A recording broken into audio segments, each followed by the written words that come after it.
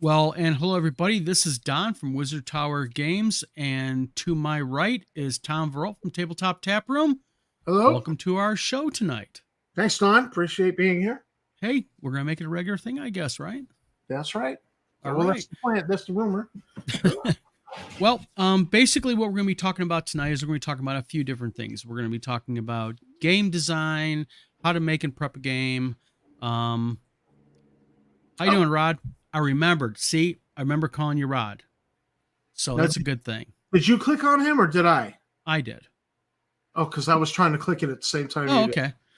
But at any rate, along with talking about game design, how to get a game out there, prepping even for doing games with your friends and such, we're going to be talking about an incoming book about new TSR and also a documentary that's coming out about new TSR, which we will talk about a little bit later in the show. So, game design. Rod says, as a designer publisher, I wanted to make sure I made this episode. Yeah, Rod. Rod is a game publisher, does games, all kinds of cool stuff. I think I kind of met you on Twitter and then on Facebook. You want to go? I pronounce. I don't know how to. I get your game company name messed up all the time. Can you type it in for everybody, Rod? Let's do a shout out. It? Yeah, I want to do a shout out to you. Yeah. Also, when I'm done recording this, I'm going to go ahead and put a post on the comments section linking to Rod's Facebook page for his game company. Cool. Eisgrim. Okay. I mispronounce it all the time. It's got like a little bear design. Yeah. Yeah. Like a little bear, maybe owl bear design. I've seen him around Facebook. Yeah. It's on Twitter. He's on Facebook. He's the guy with the big Santa beard at GaryCon. Okay. Well, I think there's a few of those. Oh. Eisgrim is Dutch for bear. I did not know that. Oh, that's actually cool. That's there's a reason for it. Yeah. No. Terry R says, good evening. Terry, thank you for tuning into our video tonight. Game design. Now, I do game publishing. Tom and me are working on a couple of different game projects together. And, oh, you did? Oh, you shaved it off. He had like a big sand. He had like a really cool, he was like even groomed really cool. Yeah. Yeah. Almost like the Rudolph the Red-Nosed Reindeer Santa Claus. It was almost like kind of like a little neatly thing. No, Rod, I'm not stalking you online. Don't worry. I just thought it was kind of funny because you were making Santa Claus jokes about your own beard on GaryCon page. So, now the big thing with me is I started off in publishing with book publishing. I had my own publishing company from 2008 until 2013. And before that, I did some game design work for a New Zealand company called Famco that's out of business now. But I also did some other game design contract. I did a bunch of book covers, book layouts. My good friend Stephen Lake, you can look him up on Amazon and Barnes & Noble. I do all of his book covers, all of his layout. And he's a prolific sci-fi writer. He does cool. He doesn't do like one book. He does like these 8 and 10 and 12 book series, like these massive epics. But, I get asked, actually, I'm starting to get asked actually more and more. I get emails from people just asking for advice. And I'm glad Rod's in here, and I hope to see a few other people who do game design in here along with us to talk a little bit about the process. For me, and we'll get a little bit into AI. We'll talk a little bit about AI in this video. I want to get into a little bit because there seems to be a real big discourse about AI, good, bad, and different. I got my opinions. I'm going to lay them out here as a publisher, but also I'm going to lay them out as just an individual. But, let's just do hypothetical.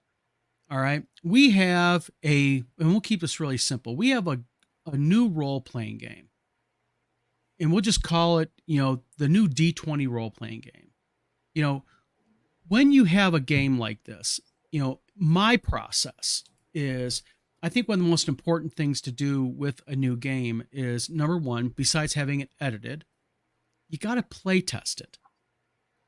Yeah. But more critically, I think, and I think this is where a lot of small publishers make a really bad error on their part, is when you do play test your game, you do not want to play test it initially with friends and family. I mean, it's a good thing to kind of, you know, break in the game with friends and family, but you really cannot follow their thoughts and suggestions, because I believe that, you know, by asking friends and family your opinion, you're going to get a very skewed view of your game. So Yeah. instead, I think you need to take it out in the wild.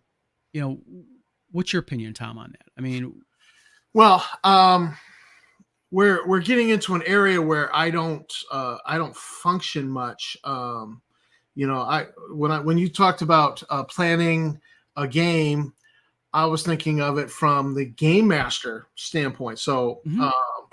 you know, We're going to get in that. We're going to talk about that, because we I'm a talked little about bit before more our like videos there. a shot of water, but I have noticed that when you see games, you know, there have been games that I've looked at and read, and I'm like, this thing did not have enough play testing.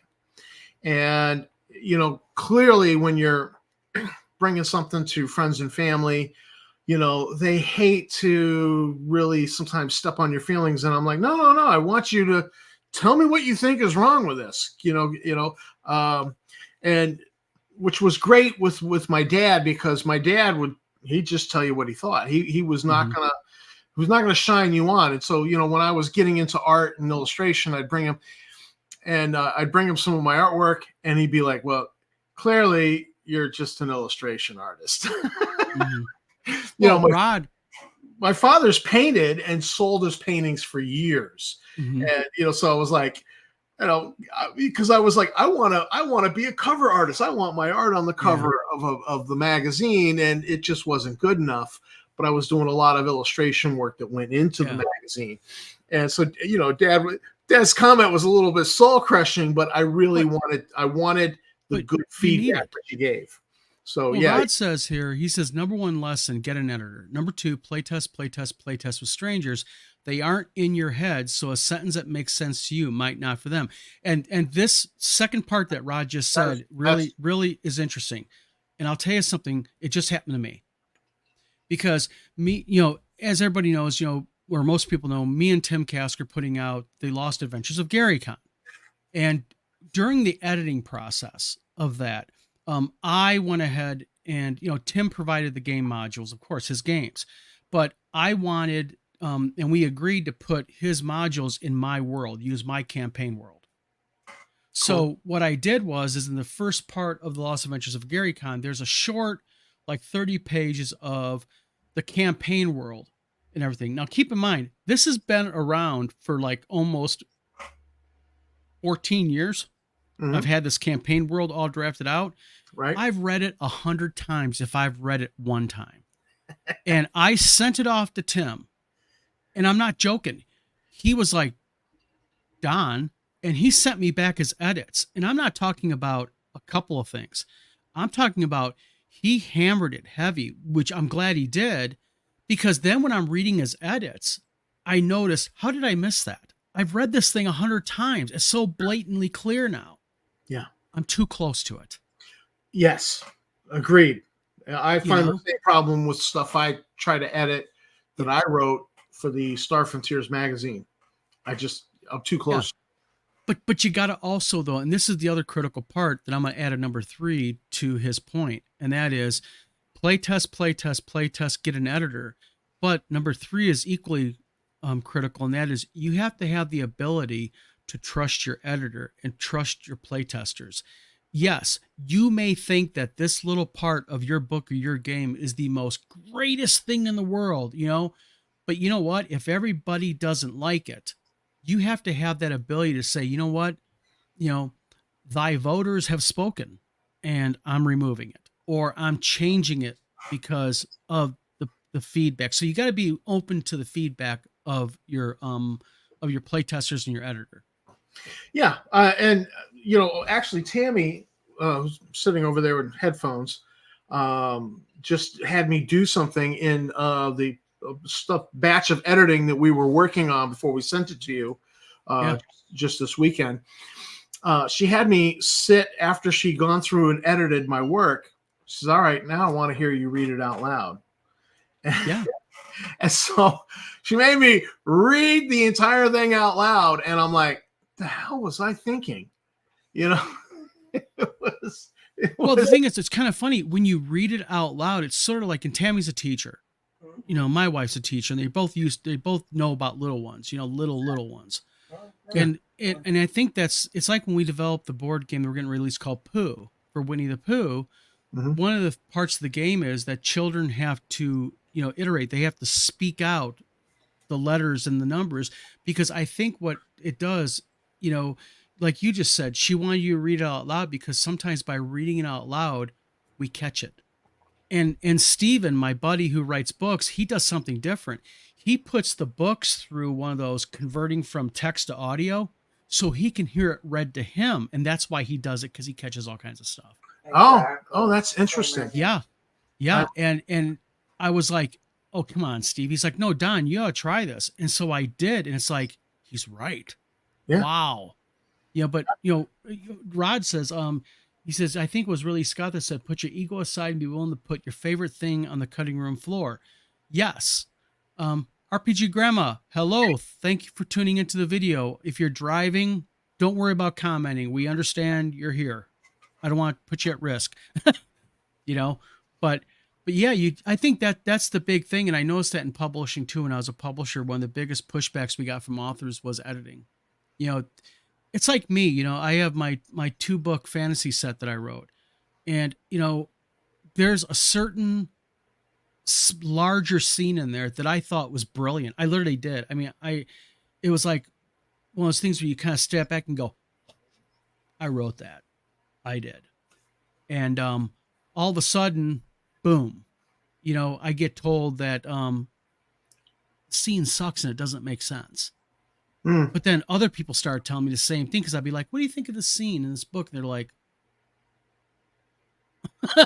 so you got to pull it out. You know what I mean? And, you know, I understand when somebody's creating something that they want to, you know, it's their baby. They want to control it. You know, that's my mother's vice. And I've wrestled with it over the years, where you're like, no, I'll just do it all on myself. I'll control this thing. And you want to be in control. But I've really found that through collaborative projects on the starfrontiers.us page, working together, everybody's contributing to the project, that it ends up being so much better because of everybody's contribution, if you can take your ego out of it and step back. Well, real quick, I just want to say something. Rod, you are not hijacking our conversation at all. This is what we want. We want people in the audience. If you got something to say it. If you think that we need to talk about something, we want to hear from you. So yeah, you're not hijacking anything. If not, we want the guidance from everybody. Tell us what you want to hear and what you want to talk about. So easy to come up with tons of rules and mechanics. This sounds so cool to cover scenario. Don't. You create a mess of rules that no one can keep track of. What did we just talk about before the video started, me and you? I think was it the Witch Hunter conversation? Well, no, we were talking about, you know, creating like overcomplicated rules, Tolkien. Yeah. You know, Tolkien. Taking like a half a page to say something that you could really get across. And I agree with you, Rod. I think that one of the critical things is I was telling Tom, with Open Worlds, my role-playing game, I wanted to actually take it and make it extremely simple mechanics. You can flesh it out with your world. You can flesh it out with other things, but the core mechanics got to be simple. You got to make people be able to understand it. Let me ask Rod a question. Because this is something I've done where, you know, I'm writing an encounter and I'm going to publish in the magazine. And I realized that there are no rules to cover the situation that I want to have happen. So I just write a rule that's for that situation. And I've done this, and there have been many times where I've been like, you're overthinking this. Make it simpler. So I do see his point, but are you saying to never write a rule for a situation, or where are you actually sitting with that? Because I have found myself doing it many times in the past, And I would say 60% of the time I had to back up and go, "You're overthinking it, Tom. Make it simpler." So, Well, while he's formulating that rule, I'm a big fan when it comes to game design of the KISS principle. yes, Keep it simple. you don't want it to be complicated. Yeah. There's other ways that you can complicate and make it, for lack of a better word, maybe complicating the word, you can make it more rich, more engaging, more interesting. Go ahead, Tom. Sure. This is a lesson I learned the hard way, still doing it as a matter of fact. I'd say if you have to create a rule, tie it to an existing. Well, yes, that I definitely try to do. But, occasionally, sometimes I get a little over, keep the acronyms to a minimum. I think that's a shot at you for saying the KISS rule. We all like this rule because it's keep it simple, stupid. And that last word is the most optimal word in that acronym. I think. Listen, stupid. You're overthinking. Well, I mean, the thing is I think that's just it. I think a lot of people they think that it has to be a thick book to be a good book. And again, it goes right back to the advice I would give other game designers today, or I'd give even authors who are writing a book. The book is as long as it needs to be. You don't need to add content to the book just to go ahead and make it thick. I mean, if your book is going to be 50,000 words to get the story across, make it 50,000 words. Adding another 20, 30,000 words to it's going to do nothing but bore the reader, and it's going to make them want to put your book down. It's self-suicide with writing. I want to interject on that. Yeah. And I did not serve in the military, but I've studied military manuals because I was a yearbook editor, and I was going to my father, who had a lot of training. He had a lot of training in leadership. And so I was picking his brains about leadership and how do I motivate an all volunteer staff? How do I keep them motivated and working? And so he grabbed his pen and quill manual from the Air Force, and he goes, "Here, check this out." So I read it, and then I went back and picked his brains, and we were discussing manuals. And he says the all Air Force military manuals are written on 8th grade level, and that Army manuals are actually written on a 6th grade level. And, so I was like, really? I says, why so low? He says, just so everybody gets it, because they want to communicate. And then I started taking some of what he was teaching me about military manuals and how the military goes about training. And I happened to be looking at Ground Zero Games' Star Grunt war game rules. And I'm like, I don't know who this guy is, but he was trained in the military, and he writes like he's writing a military manual, because he tells you what he's gonna tell you, and then he walks you through. And on every page where there's a rule, there'd be a little box, and the rule would be stated as simply as possible in that box. So anytime there was an important, and I was like, man, this thing is written like somebody who has been immersed in military manuals. And I just thought, like, Ground Zero Games Star Grunt rules for wargaming are really they're really elegant. They're a really elegant rule set, and really capture the flavor of what he's trying to do. And just reading them is like reading a military manual. Well, under RPG Graham makes a good point. She says, understand core mechanics before adding anything. And yeah, that's exactly it. Says PFC Smart, go to CDPDQ, UPN, KP, ASAP.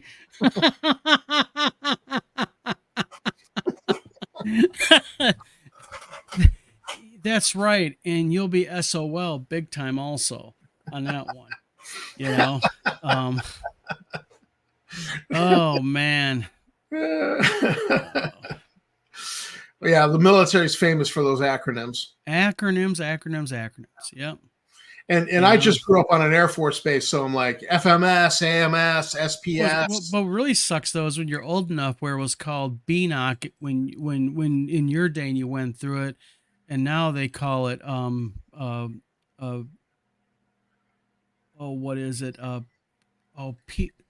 Rod, what do they call it now? Used to be BNOC. Now they call it uh,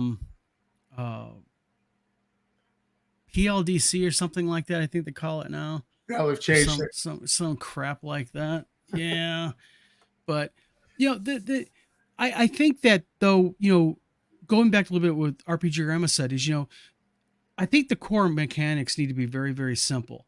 And that's something that actually I thought about when I was kind of looking at putting out a game. I actually thought about putting out just a little pamphlet, like maybe 25, 30 pages, which is just the core rules. Here's your core rules.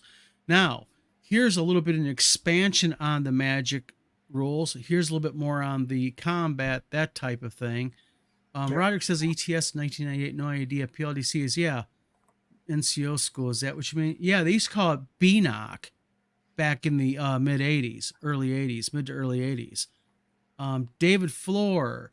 Hey, Hi, Dave. guys, on my phone, hard to talk. David, not a problem, man. Hey, St. Cuthbert. Hello, sir. Hey, real quick, I got to address something to this man right now.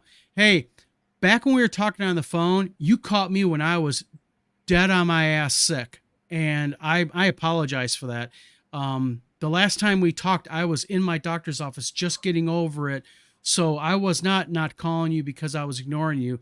I was literally sick as hell. I mean, I was like bad, so my apologies, St. Cuthbert, but thank you very much for doing it. I'm going to be giving you a call here this week. But yeah, I think what the thing about rules is okay, so you have your primary rules done. They're good. You got all your feedback. You know where you're going to go with it. What do you think are the next steps? Okay, we got rules, we got the game shelled out and everything. What's the next step? You got it all done, ready to go. So printing, layout. Do you go hardcover? Do you go softcover? Why? Why hardcover over soft or vice versa? Me, I'm a fan personally of, I think core rule books should be hardcover. And the reason why for me is this, is it's just kind of like an ode back to the way it was always done. Let's face it. D&D. That's always a question. Do we keep on doing things the way it was always done? Well, the game changes, the rules change, society changes. Yes, all that stuff. But I'm talking about just, plus hardcover books kind of hold up a little bit better, I think. Well, I hear you on that because when I could get Star Frontiers books in hardcover off of Drive-Thru, I jumped at that. When they put them up there and it was a hardcover option, I'm like, right there we go. Yeah. And I love my hardcovers, and they've taken a beating because I just consult them as the editor of the fan magazine so much. But I love it. But that's also what I hear you saying though is, and it makes me question it, is why do we keep doing things the way we always did it? If it's just that because it's a harken back to AD&D and we it's nostalgia, or is there another reason? I mean, you did allude to they stand up better. Well, the thing with, go ahead. I think I'm getting a little echo off your thing. I thought Tammy was talking. Sorry. No, she's quiet. It must be an echo from yours, but not a problem. I think the reason why I'm a fan of hardcovers for core rule books is, number one, they do hold up better. Plus, I'm doing something like with my open worlds that AD&D did with AD&D. AD&D is famous for the orange spine. Me, I have a shade of blue that I'm going to be using for all mine. So everything for the open world system, the task level system for that game is all going to be blue spined. But along with the hardcovers being, they can hold up better and everything. I think also though is that for a core rule book, they also have a feel that just, I think, has a better feel quality to it. You almost feel like you're getting better value for your dollar that way.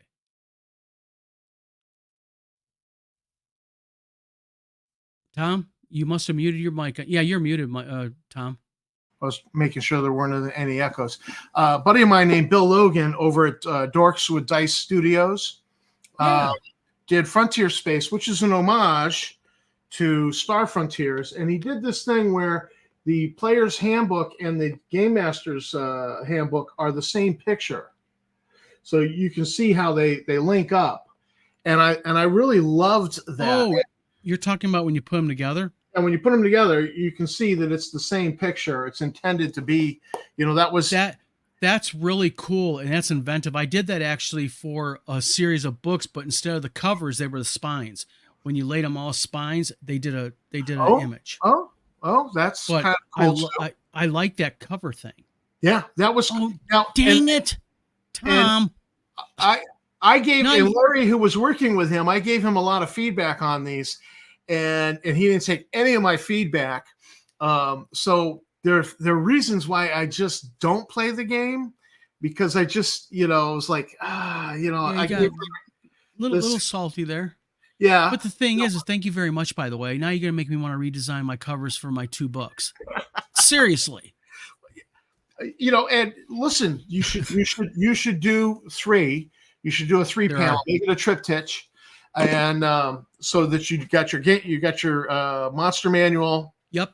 Player's handbook and DMG. Well, there's going to be in the open world, there's going to be 4 manuals. There's going to be the player's handbook. There's going to be the game master's guide. There's going to be the critter catalog, which is the monster catalog. Right. And then also there's going to be the open world's world setting, the campaign setting. Yeah. So that way there's 4 core manuals when you get them and all that good stuff. Yeah. So I love that. And I spent the money on that, even though I knew I wasn't going to play it, just 1, to support my friend, and 2, because I just loved what he did. And I wanted to have that here to refer to it. And it's an homage. It's a love letter to Star Frontiers. So obviously, of course, I'm going to support it. And, St. Cuthbert says something interesting here, and he makes a good point. He says, gamers are willing to pay more for a better product. Hardcover just needs to invest in the binding. Cheap binding is a kiss of death, but some of these reprint soft covers are nice. Now, as somebody who can do this type of stuff, that is true. You can put out a very cheap hardcover book, and you can put out a very well done hardcover book. And I'm going to give everybody a little secret here. Okay. Right. That only guys who do binding and gals do binding know. All these companies that say, if you want like the higher end binding, it adds like $3, $4 to the price of your book. You're being ripped off. You know what the difference in cost to the actual binder between the 2 is? About 30 cents. That's it. But they're milking. It's a money-making gimmick. Yes. Oh, so David Flores says, I didn't do separate DMG and PHB because I didn't feel the sizes would be comparable. Are you talking about Atomic Age, Tom, or David? Clarify that if you could real quick. I read this next comment. He says, Don, I bought your 100 Ruins module, and the folded page of staple in the fold is pretty darn durable. Great module as well. Thank you very much. Yes. I like to get feedback like that because I really try to put out a good quality product when I do stuff like that. I love that module. That's Thank you very much. Okay. David Flores said, yes, it's regarding Atomic Age. So basically the DMG and the PHB are one book. Now, that's interesting that David mentioned that and Dave was doing, because I actually contemplated doing that also with open worlds. But like me and Tom were talking before the video, and like I was telling Tom, my books are not really hugely thick. And the reason why is because I just don't believe in just putting a shit ton of dandelion fluff in a manual for the sake of being able to say, look how thick my manual is. It is what it is. The rules are what they are. And I don't think people want to waste a bunch of time flipping through a bunch of stuff. When you're a gamer, you want, how do I do this? 1, 2, 3. If you can tell me in, via 1, 2, 3, how to do it, I don't need 4 through 10 also. Just leave that crap out. And that's how I game. That's one of the innate problems I had with AD&D was I'm looking at this and I'm going, why they overcomplicate this so much? It just was not needed. I think Gary was in love with his own writing. Oh, I think you're right. Rod says, don't know about your design skills, but your production quality is top notch. Thank you very much. I appreciate that. I really do. And we're actually going to be offering, I already do printing and binding for other game companies, for a few select game companies. One of them is a fairly well-known game company. I can't tell who because of NDA, but I think that when you're a publisher, half the battle is you want to make sure it's a good quality product, because the best written game, the most engaging game in the world, isn't worth a damn if it's on crappy binding. It's going to fall apart on the people. The page is going to pop out and such. And that's one of the problems I have with DriveThru RPG, because they go through a binder, and one of their factories in Michigan, and it's really hit and miss. Because I bought their Earth Arcana, their Player's Handbook, and their Monster, or their Dungeon Master's Guide as play copies, because I don't use my nice orange spines for gaming. I want to keep my collection. Yeah. And I think I only opened it maybe a dozen times or so in my Dungeon Master's Guide, and I actually have a couple pages kind of coming out. And that's just piss poor binding. It's just they're not getting their glue well set really well. This is my hardcover of Starfrontier. Nice. And you can see when you get past this, you can see that the binding is separating right here in this crack. So I have to be extra careful with it. Now, I love having a hardcover. Absolutely love that.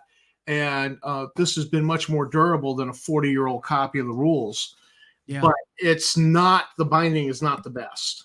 I realize that, so I'm more gentle with it these days.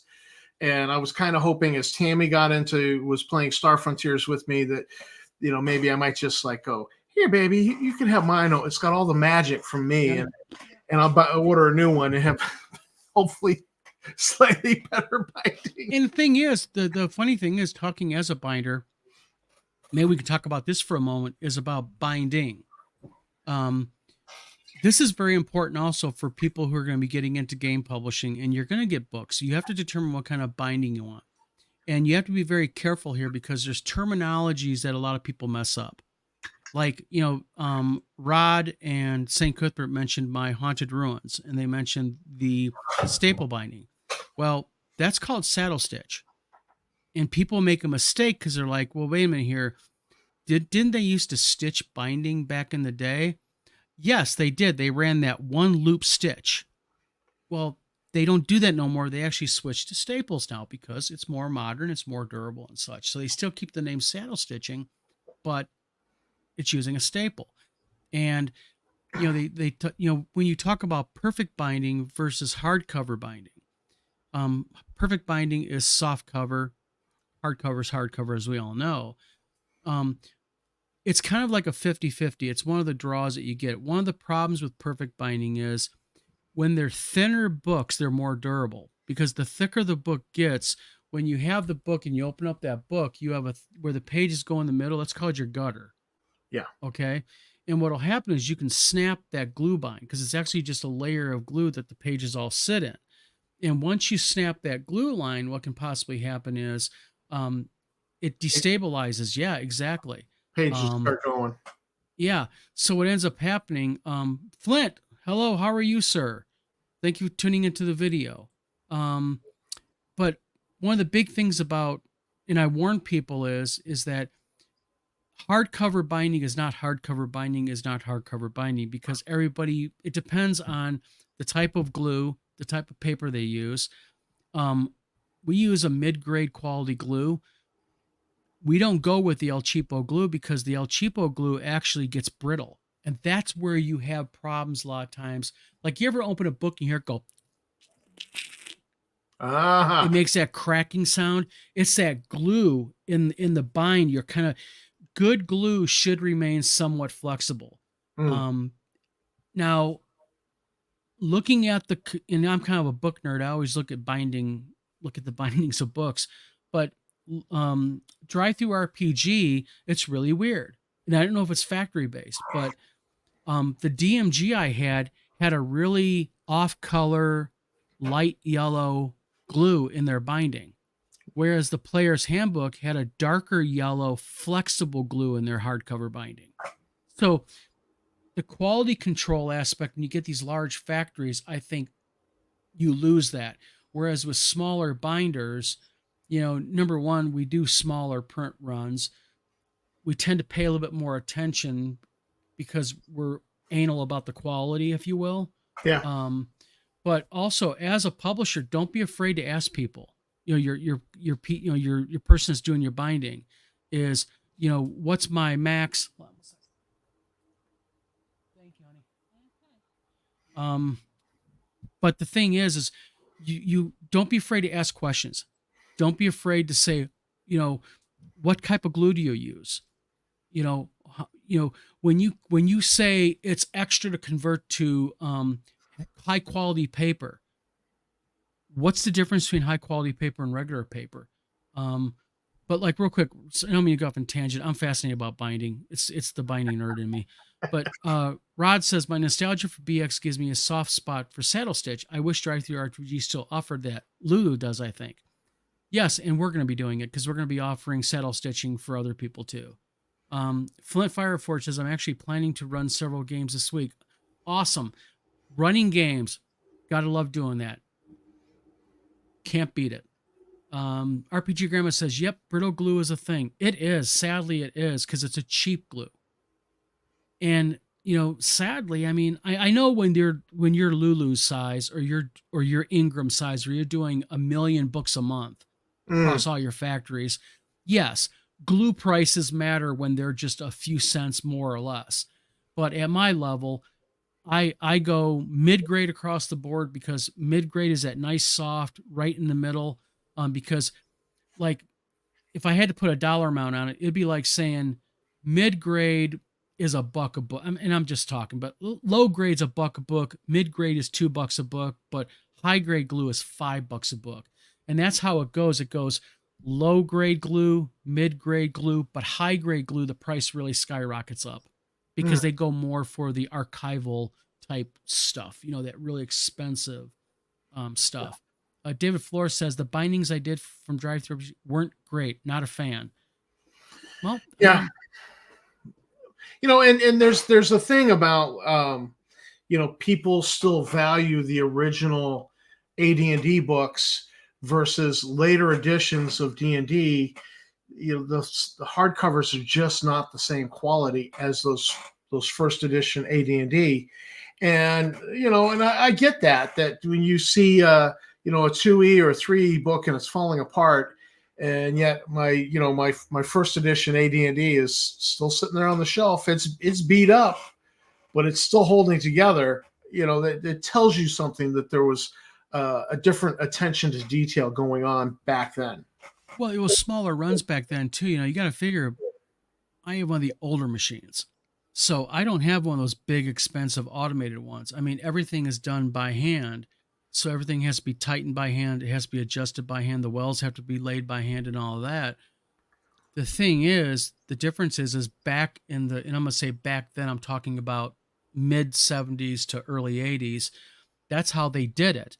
Well, now they have the high speed, large formatting binders that literally, I mean, you stage up your stacks and they run through the binder and they can bind for every one book I bind, they can bind 1,000 literally. I mean, it's that fast. Wow. And I always tell people with speed, you sacrifice quality, and that's a fact, so, I kind of like my old 30-year-old machine. I really don't see the value in it. I mean, gradually, if we grow and if we start doing work for other people and we start getting like really big, yeah, we're going to have to sit there and probably think about upgrading. But at this point, I'm happy where I'm at because the quality is there. Right. And I'll be honest with you, I'd rather say I can't do a job, it's too big for me, and maintain my quality level than not, because everybody knows the internet is a loud place. And just the same thing, if you screw somebody over, soon everybody's gonna know you did it.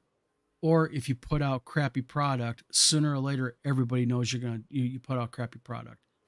And at our level, Tom and Tom's level and Rod's level and Dave's level and such, we can't afford to have somebody go off on a tangent and talk about our books falling apart or our product being poor quality. You just can't. Flint says, wow, for that price, can you sniff it? The old we never sniff glue. Never. I never sniffed glue unless I was making a model. You just couldn't help but That's right. there in your room with the window closed. Flint says, my 5e players fell apart like a tired child. It's just they're not made to hold up. But also, and again, I'm not trying to get on the WotC conspiracy theories here. Don't get me wrong, okay? But let's also be honest with something. If the product you're using has a shelf life of use life and it falls apart, you got to go buy a new one. And that's kind of what they want you to do. Well, of course they want you to do it. That's why it's like, I think me, you and Eric was talking one day last week or week before. And I mentioned the fact that, how, I went to Barnes and Noble and like, they have like a player's handbook, but then they got like a player's handbook 2 and a player's handbook 3. And it's like, why are they putting all these different players handbook out? Should there just be one? No, because they're, again, they're casting line. They're hooking you in and bringing you in. Yeah, that was 4th edition too. Player's handbook, Dungeon Master's Guide, then Dungeon Master's Guide 2, Yeah. Well, they do it in 5e also. Yeah. And it's, I always wondered, and I wonder if there's a call for it. I thought about actually putting together kind of like a soft cover how-to book, like how to go ahead and, what's the steps in getting a game from I have an idea, Tom, to, oh, there it is on Barnes and Noble shelf. There's a process to go from literally like building a house, from that first shovel full of dirt to you're putting in, furniture in the house, but also in that how to kind of like do something that a lot of publishers don't want to do. And that is give you the insights also of where do you go to have printing done? And I'm not talking about plugging myself. I'm talking about who are the main printers out there who do that? Who are the main game designers, or not game designers, who actually makes board games in the United States if you want to stay in the States? But also when you're dealing overseas, who are the reputable overseas people? Right. That will stand up and back you at the end of the day if there's an issue with your product. RPG says, how to sounds cool. Yeah, that's what I was thinking, because just a book on, look, you want to be a game publisher, and just kind of give the ins and outs and all of that.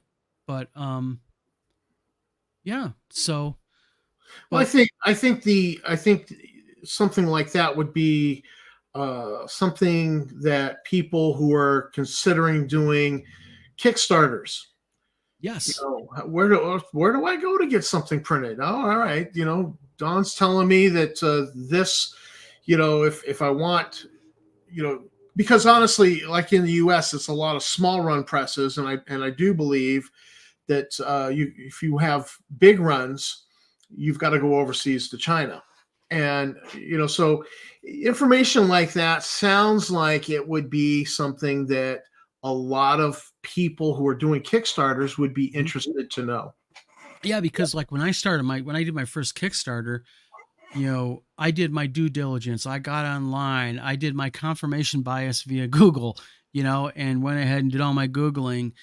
And then I forget I think it might have been Tim Kask said, call Womp, call Jim Wampler, and that's kind of how I met Jim Wampler formally. And me and Jim talked, and Jim Wampler was such a great help of showing or telling me the ins and outs, how to go ahead and do a Kickstarter properly.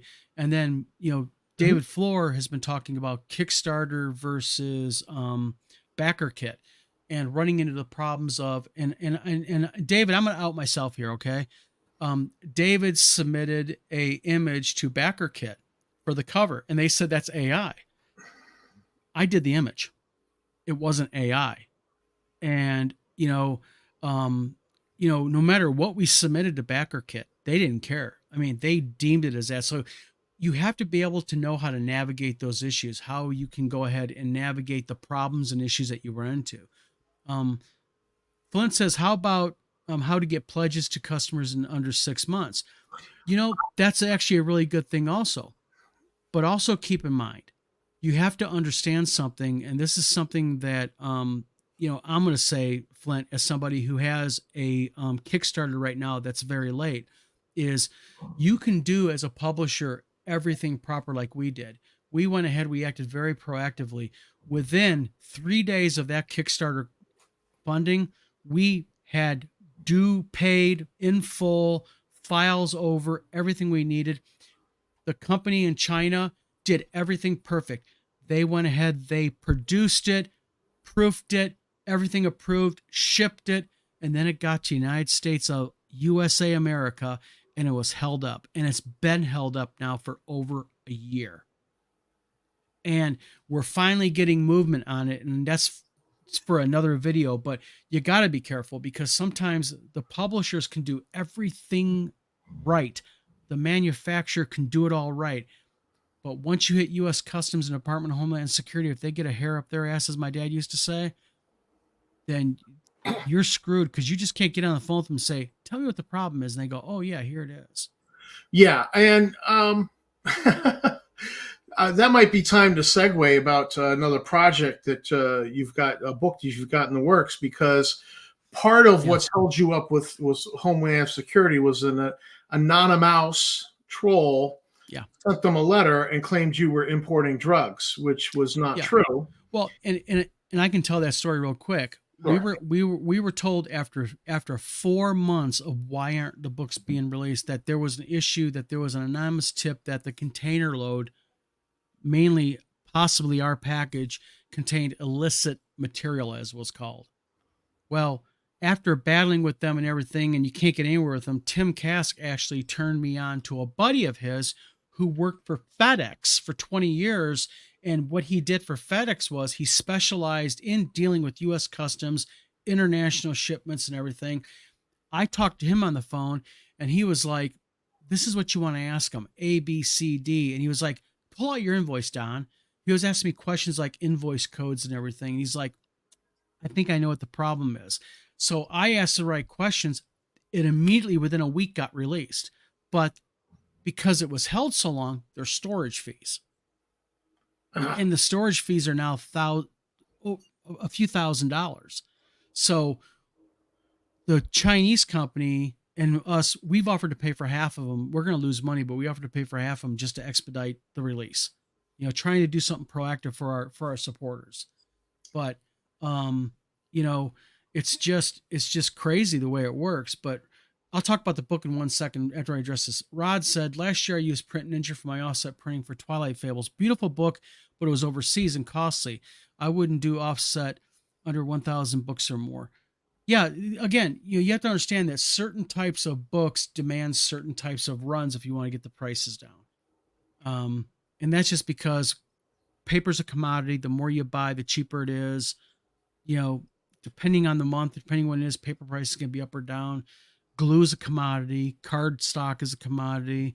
All that stuff is. But all right. Now, as we all know, as most of you all know, that I used to work with TSR Hobbies, aka 3.0, new TSR, whatever you want to call it. And dumpster fire, that's what I want to call it. Dumpster fire, yes. And for those of you who know but probably don't know all of it, I stayed out of the fray because I had worked for them. I had sold them the rights to a board game, a design called Dungeon Crawl, that they adapted themselves. That ain't my game that you see in production. And I did a lot of other work for them. I printed games for them. I printed the module that Vince Florio, the Evil DM, donated to them. I went ahead and printed all those for them. I worked with Ernie on editing of them and everything, which is totally ignored by Mr. Lanasa. But I kept quiet, and then I received a subpoena from Wizards of the Coast. Now, I was asked by an individual to delete all emails, to destroy all files, don't give WotC anything. And I refused to do that. And I was told by the individual very pointedly that if you go through with this, you're going to live to regret it. And as Tom knows and everybody else knows, Mr. Lanasa has filed false police reports against me. He's had, they tried to serve a search warrant on my home. Thankfully, the officer did not execute the entire search warrant because when they came in, we just kind of laid it all on the table to him, literally, like, here's the files. And he was like, oh, and he kind of looked at it a little bit differently, I think. I've taken a polygraph privately. I have went ahead, had handwriting experts look at the documentation to prove that that is his signature. I will say categorically for the record that Mr. Lanasa counterfeited my signature on an affidavit and an NDA that he presented to the federal court and all of that. Okay. Now, just to let everybody know, I went ahead and there are two things in the works, and that is this. The first one is I went ahead and I am almost ready to release D20 Deception, the story of the rise and fall of new TSR. This is a in-depth story and basically almost like a biography of how I met Justin Lanasa and new TSR, my engagement with him, Ernie Gygax, Dave Johnson, and Michael Hovermail from Graph Paper Architect. I believe Michael Hovermail now works with Clownfish TV as a part-time game designer or something. Is he still working with them? He has it on his Facebook and on his LinkedIn, so I don't know. Haven't seen him on Clownfish in forever, but yeah, whatever. But D20 Deception basically is a book, and it covers all the details, all the nitty gritty, the back end discussions. I back everything I back everything I say up with detailed images of Discord chats and also of emails. And I basically, if I say it, I have, as Mr. Tenkar from Eric Tenkar from Tenkar's Tavern would say, I bring the receipts. And there's nothing I say in there that is illegal. I've already had an attorney look this over and approve it to say that you are within your legal rights to tell your story. And also along with that, there is going to be a documentary that's right now in production. It's going to be about an hour-long documentary that's going to be talking about my story, my interactions with new TSR and such. Cool. David Flores says he's going to lose his shit over this and it'll be glorious.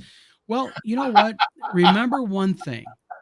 The truth is what it is. That's an understatement, David. Yeah. I don't expect him to want to autograph copies of it. Let's put it that way. But on the same token, let's just go ahead and be honest here on something. Let's just be blunt. All right. I have stood by and watched him dox me via special websites, which the glorious part about this is we finally got GoDaddy to, via a official order, to release who is responsible for buying the URL that's responsible for doxing me, and also under what account that URL is activated and used with. So I gotcha, as they say. And I'm going to detail that process out. I'm going to detail again how I met Mr. Lanasa, Mr. Hovermail, what happened in the background. You know, what is the true story about who the TSR IT person was that supposedly posted all the racial and anti-gay, anti-trans content? It is not what you think. I go into very good detail about the sale of Dungeon Crawl. I talk about my work with them, what I did with them, my inner dealings with Ernie Gygax. I can tell you the plans that were afoot, not including me, but recorded phone calls that I have where Mr. Lanasa talks about his plans on Luke Gygax and how he was going to destroy Luke Gygax's military retirement. I have that on phone call recording. You cannot deny that. I go through everything in this book, but I do it fairly. I show even the negative things I said. Like, I'll admit it. I used to not have a very high opinion of you, Tom, or Eric, because I was believing what I was being told. Mm-hmm. And it's amazing when people begin talking, what can happen. You realize going, that ain't true. Yeah. So it is it's going to be about a 400-page book, and it's going to, again, go in depth into what it was like being in the background, our private, what they call the private secret Discord channels. We're going to talk about Mr. Yak, Ernie Gygax, what? Hey, what about me? You can't get no love, David. David, let me explain something to you, okay? We all know about the infamous list. You weren't on it, buddy, but you know what? Evidently, you ruffled some feathers. Yeah. So I think you're on a list now. But the thing is I'm going to basically talk about what really happened in the background, because when I look at the full and glorious history of New TSR and N-World, all 999 pages of it, literally, I'm just going to say it like this. I see a lot of people making very positive statements like this is what happened, and they have it wrong. And this is going to be clarified what really happened in the background, because people think they know. I'm just going to tell people one thing, and it's not a dig to buy my book. You have no clue what really happened, and wait till you see what really happened. You won't believe it. But I back it all up with proof. And this documentary is going to get into that really in depth. Well, just for the record, I want, because I'm going to be your first customer, I want my copy signed, by the way. Remember what you're writing. You're writing the forward in it. So it's forward, preface, or intro? You're writing the preface to it. That's right. And Eric is writing the other part of it. Forgot. Right. Yeah, because each one's different, and I have trouble keeping them straight. So I probably got to knuckle down to get that done. Mm-hmm. But yeah, definitely. You said you were going to say something. No, but definitely when you mail me a copy, I need a signed copy. Mm-hmm. Absolutely. So. Rod says, the winner was right close to you. I'd go back in time. I'd buy the DHSM even at a huge loss just to mess with them. Real quick side little note. I'm going to tell the true story of who was really going to go ahead with Ernie Gygax and buy the Dungeon Hobby Shop Museum, but got screwed out of it. Sorry, by Ernie. And I'm going to tell the story of that because I have the video call where Ernie talks about that in depth. I have it on video. So no one's going to call me a liar. I've been quiet too long. Flint says 400 pages. That's a lot of glue. It's a lot of paper. Can you snip it? Don't know. Rod says, David, I like you, but I'll never understand why you try so hard to be on the list. Do you want to put up with what Tom Don had to deal with? Oh, I tell you what. You know what? I'm just gonna say something real quick. You know what? I'm an adult. I'm a big boy. Okay. If you want to get online, you want to say Don's an ass. Say it. I don't care. But man, you know what? You didn't have to go after my dead daughter. You don't have to go after my wife. You don't have to go after my friend's disabled daughter or my friends' wives. You don't have to do that, man. That was beyond the pale. Yeah. You know? But the book is what it is. The book will be where it's at. RPG Grandma, I made the treat list. A little old me. I think she meant threat list. I know she meant. I was kind of joking around because it's kind of a treat to be on it. It means you did something. So there was no treat for David, just all trick. Yeah. RPG Grandma, threats is the treats they serve. Yes. And then David Floor, can I write a line blur for the back cover? You know what? I think you deserve it. Yeah. Sure. The thing is, the whole point of all of this is that I've done nothing but watch them write the narrative now for a couple of years. And I've had people come to me and say, why are you so quiet? You know, that ain't normal. And the reason I've been quiet is because, you know, on the advice of my attorney, what we've done is we've just kind of let the process go. I'm a subpoenaed witness. I have to be somewhat careful. There is a bankruptcy going on. I'm a creditor for over $7,000 in that bankruptcy, you know? So I had to be very, very careful. But on the same token, every dog has his day. And remember one important thing, it's one thing to say, he did this. Okay. Because you're always going to have somebody believe you. But on the same token, I'm going to come back and I'm going to give the facts, the truth. And I think that's important. I think the public, I think the gaming public is owed that. TSR was a major player in role-playing games. It was bought out by Mr. Lanasa. There was a lot of things claimed and said that frankly just were not true. And there were things that were claimed and said that were true. And this book is just going to detail that and get it out of the way. I think it's time. I just do. And the documentary is going to be very interesting because the documentary actually interviews other people that were intimately involved in the TSR company.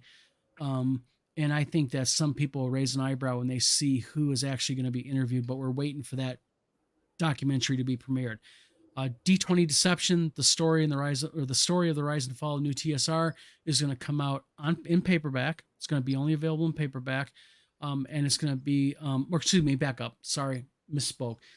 It's going to be available in hardcover. There's going to be a 8.5 or an 8x10 hardcover limited edition signed by me, but also with a CD inserted into it that has audio and video calls and all the documentary presented. Whoops. And all that.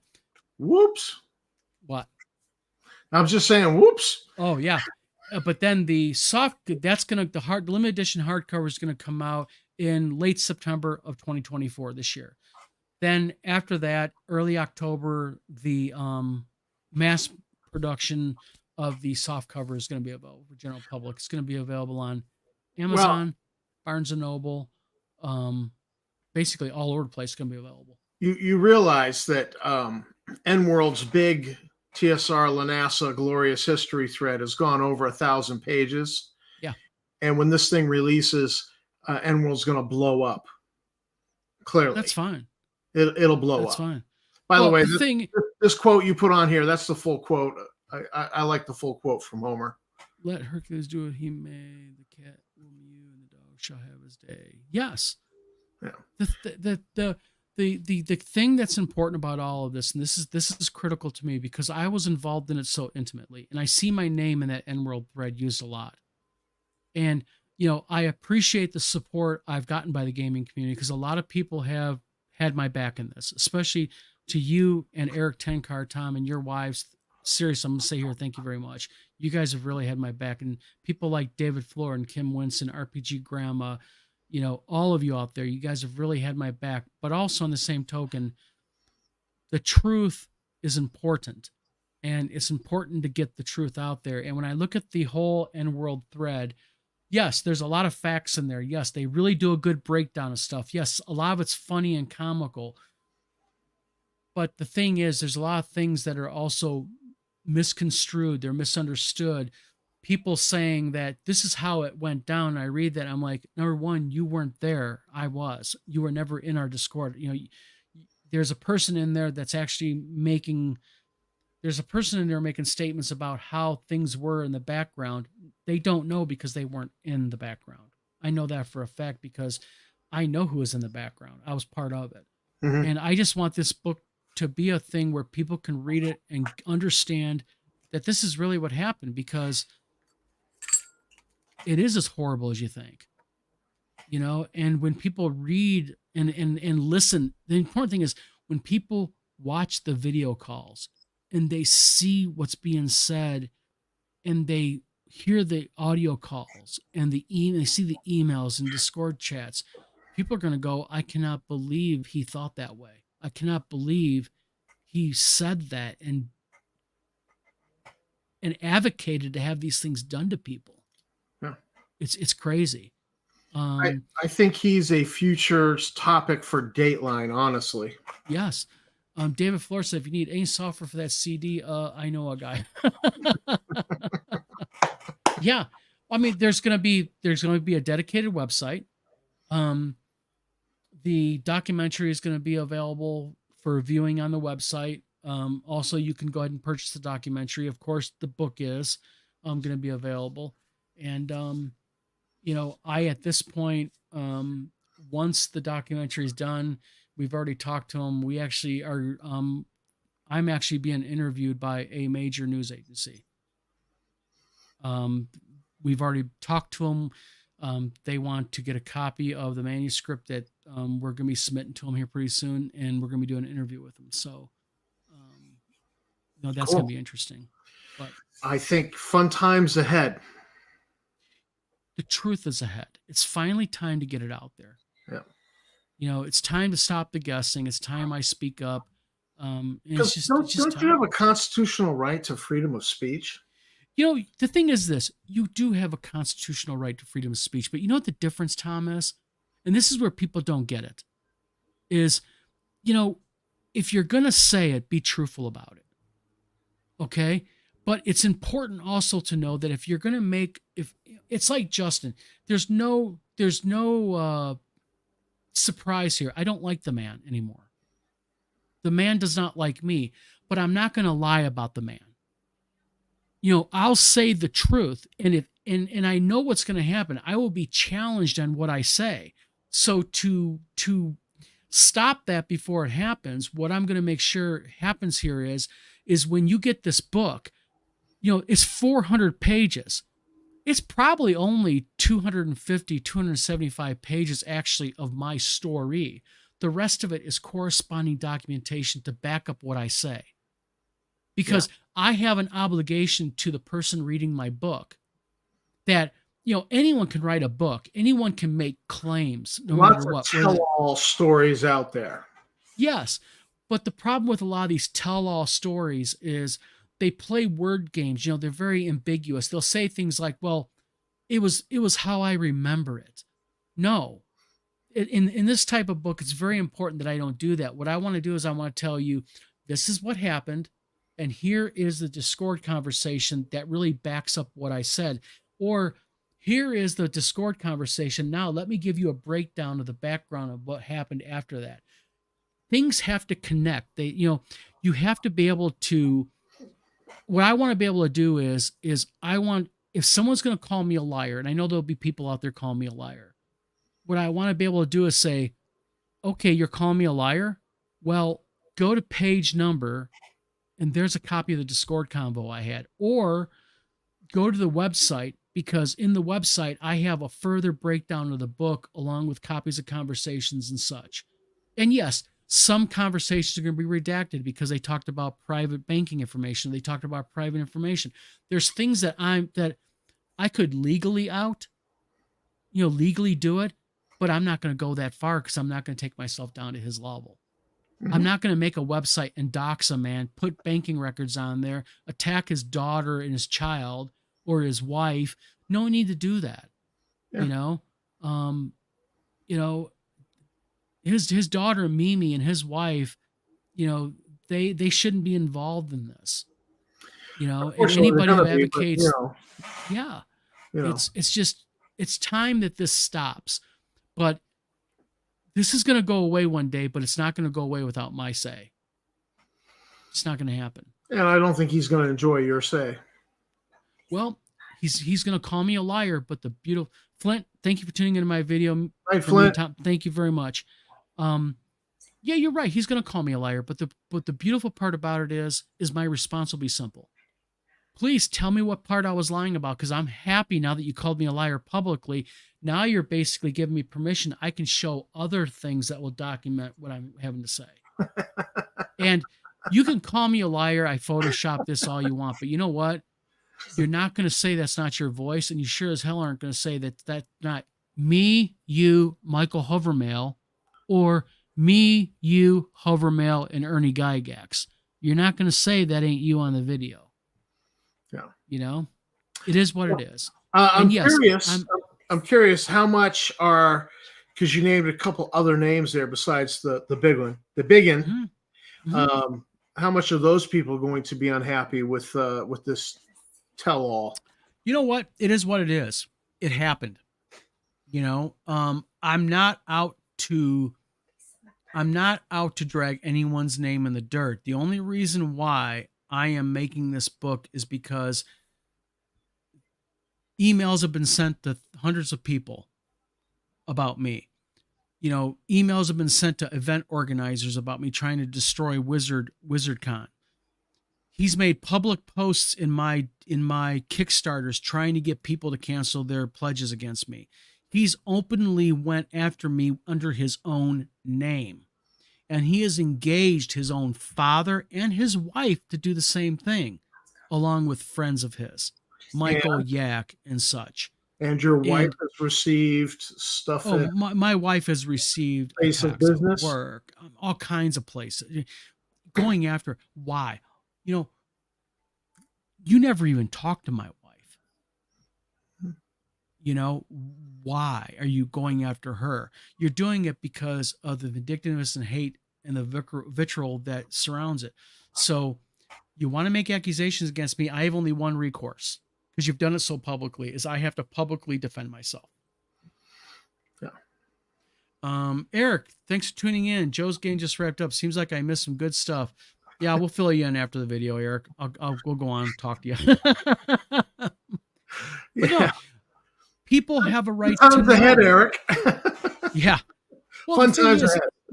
I think that this is a public interest thing too, because, TSR Hobbies of old, that was a company that did really good things for the gaming community. I mean, yes, there was controversy, but they created Dungeons & Dragons.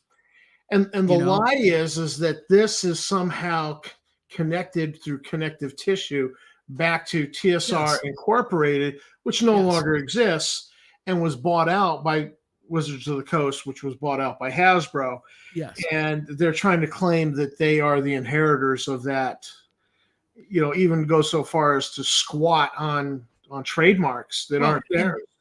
And that's another thing I'm going to talk about in the book is I'm going to talk about why did Justin Lanasa sue Hasbro? Because I have the conversation in Discord, and I also have the video conversation where he talks about his reasoning behind it. And I'm going to go ahead and I'm going to talk about that. Nice. Because it was a concerted plan. And,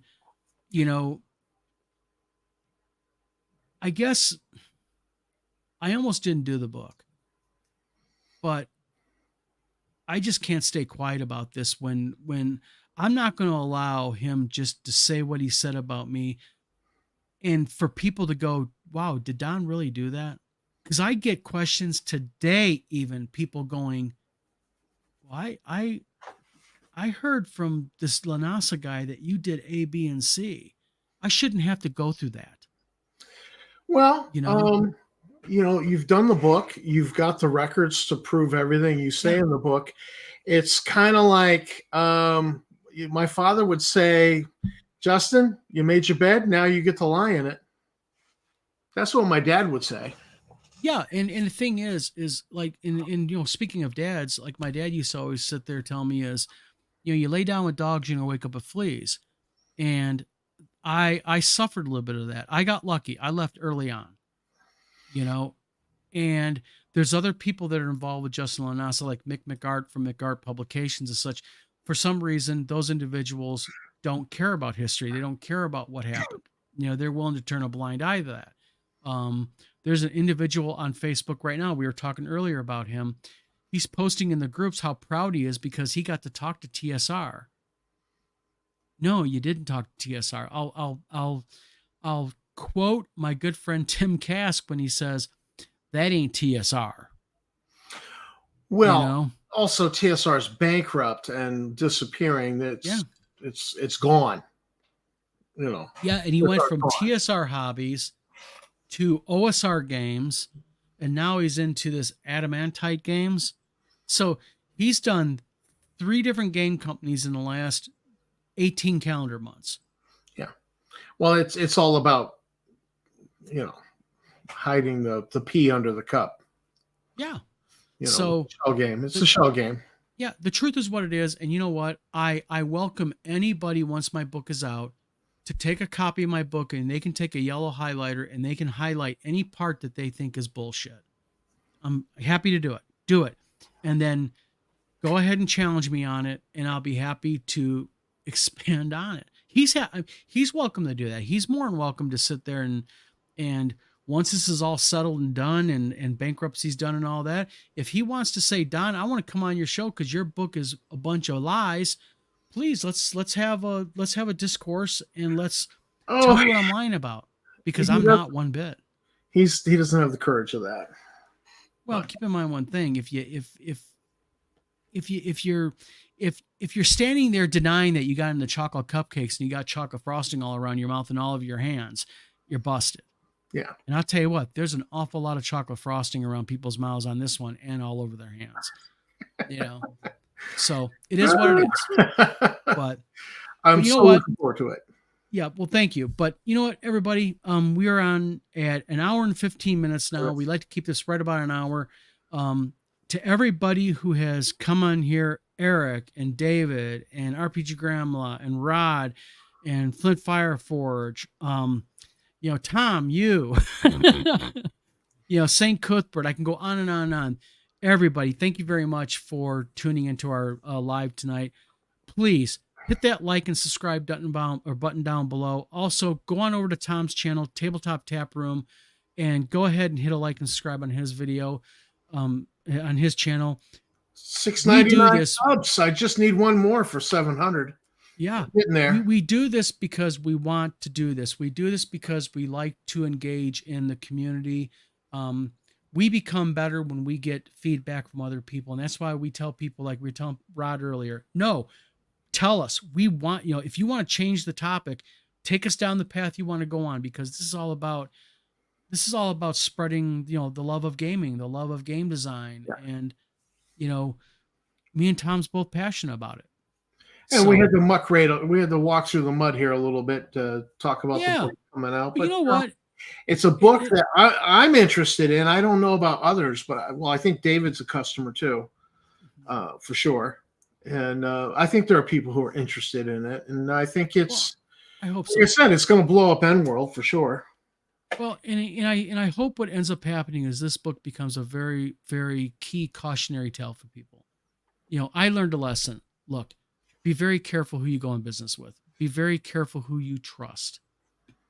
And also, there's nothing wrong. There's nothing wrong if someone tells you something. There's nothing dishonorable. You're not insulting them if you do a little checking on them to make sure they're telling you the truth. I've done that. That's called due diligence. I've done that with you. Yes, you have. And so has Eric. I mean, let's face it. When we first started talking, I had a pretty big stain on me with this. And I know you didn't trust me, and rightfully so. I remember your first message on Facebook to me. You tried to sound so nonchalant about it too. I mean, you just tried to sound so nonchalant. Well, actually, let me throw myself under the bus. I was looking for information on Lanassa, and so I thought, all right, I'll shade the truth with this Don guy. So then we got on the phone, and we started talking, and I just read something. I says, nope, I'm not. Nope. I ended the conversation. I was not interested in lying to you to get dirt on Lanassa. I says, nope, he's a good guy. I think he's just deceived by what has gone down with this whole threat against him and the FBI investigation. And I think he's just been deceived. And that was my read on you after a phone conversation. I heard your voice. Mm-hmm. I said, I'm not doing this. I don't feel good about it, doing it, being deceptive to get information on Lanassa. I ain't doing it. So that's when I backed off. And then I don't know what, 6 months, 8 months later, we finally began talking after you left TSR. And I was okay with that. I was, because you were providing information that was really good information. And I was like, it's and a lot of lying. I wasn't hiding nothing. I was being honest. I couldn't talk about some of it. You were like, don't share this. I'm like, oh, okay. Oh, that's really interesting background information I did not know. And, but I did go and double check stuff. Sure. And yeah, everything proved out, and we learned to trust each other. We became friends, and here we are today. And I think that tells about your character too, and also your character as an investigative journalist. You and Eric both, because you both are investigative journalists. You do your research on your topics, you investigate situations, and to have the ability, to walk into something and you have an idea of what's going to happen, and for you to be able to say, you know what, this is what I thought it was. That talks about, again, your integrity also, and that's really important, is the integrity of an individual. Yeah. But well, that's my name. My name's Thomas. I'm named after Doubting Thomas. Yep. And Doubting Thomas, hey, everybody's like, hey, no, we've seen the Lord. He's alive. And he's like, nah, I'm not going to believe it unless I touch the nail prints in his. I got to see. I want to know the truth. And that's always been me. It's gotten me in trouble many, many times. And I'm okay with that. I was okay with being crucified by people because I asked too many questions, and they're like, what are you? What are you, a right winger? Or what are you, a Pentecostal? I don't care what it was. I want to get to the truth. I want to know the truth. I don't want to believe a lie. I want to know the truth. And that's the Doubting Thomas in me. And so that's always, so if you present evidence that goes against my preconceived ideas, I will stop and chew on that and weigh it out. And I will tell you something, for anybody watching this video, about that man right there. He's telling the truth. He is that way. He's not just saying the words to look good on camera. I have learned from him. And by the way, Eric Tenkar is the same way. Eric's better at it than me, I think. Well, bottom line is this, and I'm just going to say this, whether you guys like Eric and Tom's views, politics, whatever, have your opinion that way. But I'll tell you something right now. That man right there next to me and Eric Tenkar are two individuals that have a hell of a lot of integrity, and they have exhibited that to me time and time again. And they are individuals that you can trust. So I'm going to leave that video with that thought right there to people. Okay. So everybody, again, thank you for tuning in. Thank you. This is Don from Wizard Tower Games and Tom from Tabletop Tap Room. Hit a like, hit a subscribe on both our channels. Thank you for tuning in. And we will next week be back with a little bit different of a format. We've been talking. We're going to wait to announce it then. But again, everybody, thank you for tuning in. Have a good week. Happy gaming. Bye, guys. We'll talk to you guys later.